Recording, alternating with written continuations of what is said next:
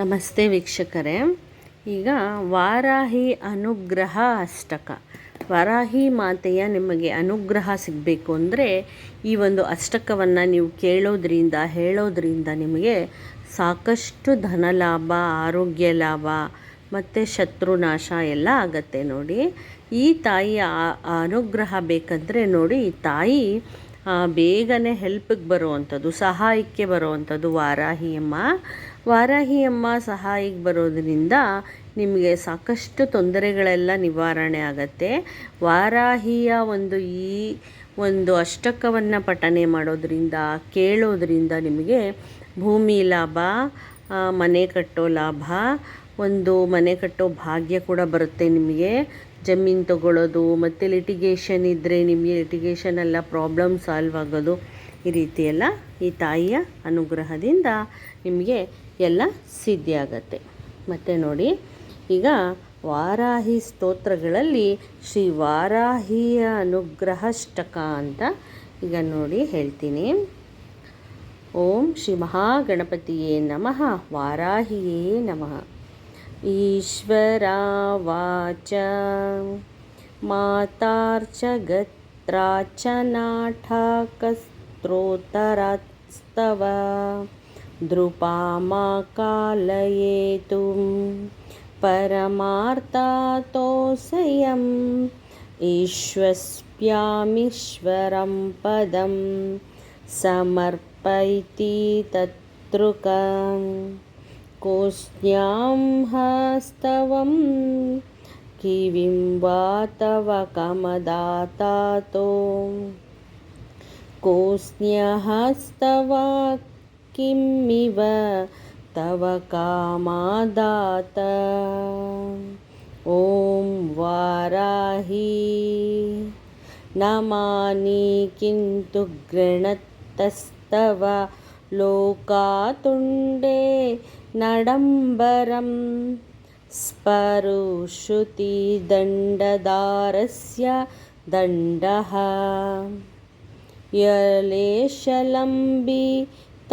ಭವಂಭುನಿರ್ತಿಯ ತೋಸ್ಯಥಾ ತ್ವನಾಮಾ ಸಂಸ್ಮೃತಿ ರಿಯಂ ನನೋ ಹಸ್ತುತಿಸ್ತೆ ತ್ವಚಿಂತಾನಾಧರಾ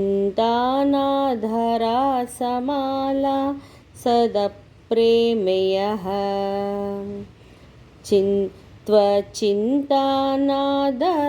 ಸಮಲಾ ಸದಪ್ರಮೇಯ ಸ್ನಂದೋದಯಾತ ಮೋದಿತಃ ಸ್ಫುಟರೋಮಹರ್ಷಃ ಮಾತಾರ್ನಮಾಮಿ ಸುದೀನನೀಂ ದದೈತ್ಯಾಮಂ ತ್ವಂ ಮಾ ವ್ಯರ್ಥಾಯೋಸ್ತ್ರಮಿತಿ ಪುರುಯತದಾಯಲೋ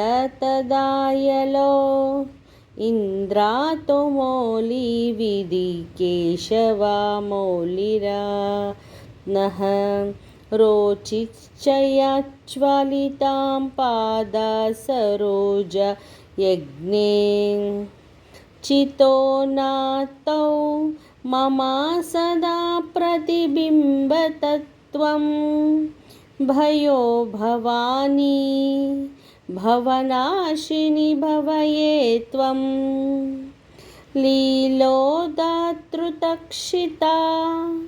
ತಲಸ್ಯ ವರಾಹಮೂರ್ತೆ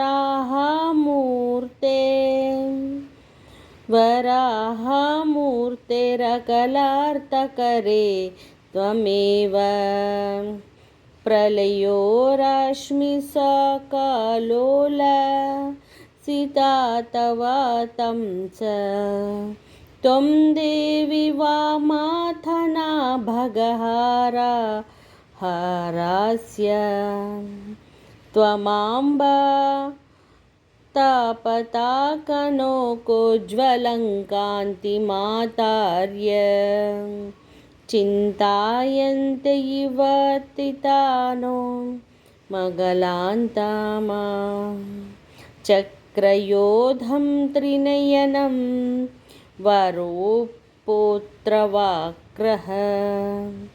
तेषोपादम्बुजाय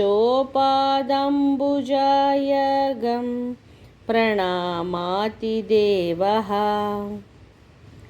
त्वत्तेस्यवाना सुखलिता पापाचयस्य मातार्मोक्षोऽस्ति यस्यानसथो गणना मापैति देवासुरो रागनार्नो पूजितपादपे रः देवासुरो गणार्नो पूजितपादापेटः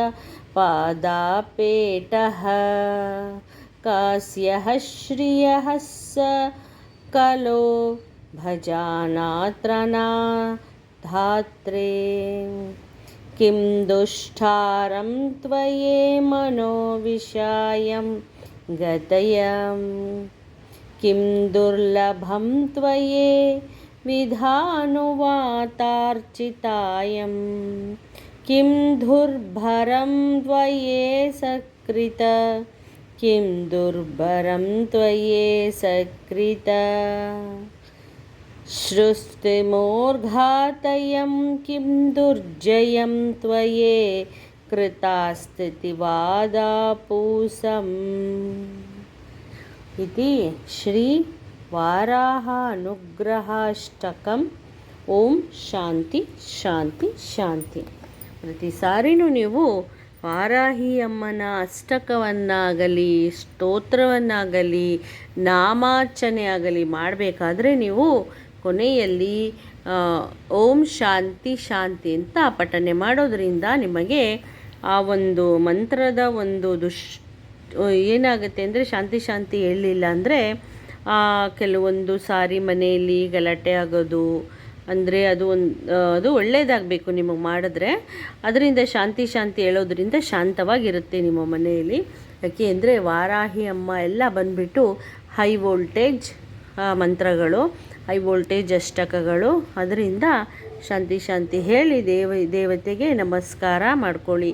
ಪ್ರತಿಯೊಂದು ಸ್ತೋತ್ರ ಅಷ್ಟಕ ಅಷ್ಟೇ, ಶ್ರೀಲಲಿತಾಂಬ ಆಗಿರ್ಬೋದು, ಖಡ್ಗಮಾಲ ಆಗಿರ್ಬೋದು, ಚಾಮುಂಡೇಶ್ವರಿ ಆಗಿರ್ಬೋದು, ದುರ್ಗಾಮಾತೆ ಆಗಿರ್ಬೋದು, ಅನ್ನಪೂರ್ಣೇಶ್ವರಿ ಆಗಿರ್ಬೋದು, ಯಾವುದೇ ಒಂದು ಸ್ತೋತ್ರ ಹೇಳಿ, ಲಕ್ಷ್ಮೀ, ಸರಸ್ವತಿ, ಕಾಳಿ ಮಾತಾ, ಬಗ್ಲಾಮುಖಿ, ಶ್ರೀವಿದ್ಯೆ ಯಾವುದು ಹೇಳಿದ್ರು ನೀವು ಕೊನೆಯಲ್ಲಿ ಏನೇ ಪಠನೆ ಮಾಡಿದರೂ ಮಾತಾ ಮಹಾಲಕ್ಷ್ಮಿದು ಲಾಸ್ಟಲ್ಲಿ ನೀವು ಶಾಂತಿ ಶಾಂತಿ ಹೇಳಲೇಬೇಕು.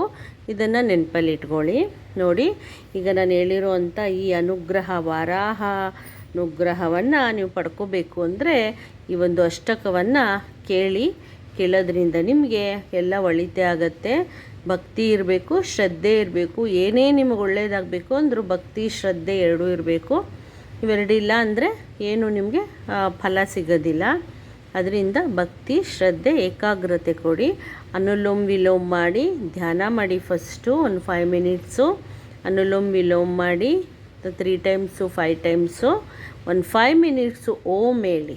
ಇದನ್ನು ಹೇಳಿ ನಂತರ ನೀವು ಪ್ರತಿಯೊಂದು ಅಷ್ಟಕ ಆಗಿರ್ಬೋದು, ಏನೇ ಆಗಿರ್ಬೋದು ಹೇಳೋದ್ರಿಂದ ಆ ಒಂದು ಅನುಲೋಮ್ ವಿಲೋಮ್ ಮತ್ತು ಧ್ಯಾನಕ್ಕೂ ಸ್ತೋತ್ರ ಅಷ್ಟಕಗಳಿಗೂ ಬೇಗ ಕನೆಕ್ಟ್ ಆಗುತ್ತೆ. ಕನೆಕ್ಟಾಗಿ ನೀವು ಕೇಳ್ಕೊಂಡಂಥ ಒಂದು ಸಂಕಲ್ಪ ಎಲ್ಲ ಈಡೇರುತ್ತೆ. ಆ ಒಂದು ಮಂತ್ರದ ಒಂದು ಸಿದ್ಧಿ ಕೂಡ ಆಗುತ್ತೆ ನಿಮಗೆ. ಇಷ್ಟು ಹೇಳ್ತಾ ನಾನು ಮುಗಿಸ್ತೀನಿ ಈ ವಿಡಿಯೋನ ವೀಕ್ಷಕರೇ. ನಾನು ನೆಕ್ಸ್ಟ್ ವಿಡಿಯೋಲಿ ಸಿಗ್ತೀನಿ. ನನ್ನ ಚಾನಲ್ನ ಲೈಕ್ ಮಾಡಿ, ಶೇರ್ ಮಾಡಿ, ಸಬ್ಸ್ಕ್ರೈಬ್ ಮಾಡಿ. ಮತ್ತು ಹೊಸ ಒಂದು ಅಷ್ಟಕ ಆಗಿರ್ಬೋದು, ಮಂತ್ರ ಆಗಿರ್ಬೋದು, ಹೊಸ ವಿಷಯ ಆಗಿರ್ಬೋದು ನಿಮಗೆ ತೊಗೊಂಡು ಬರ್ತೀನಿ. ನನ್ನ ಚಾನಲ್ಗೆ ಸಪೋರ್ಟ್ ಮಾಡಿ ವೀಕ್ಷಕರೇ. ನಮಸ್ತೆ.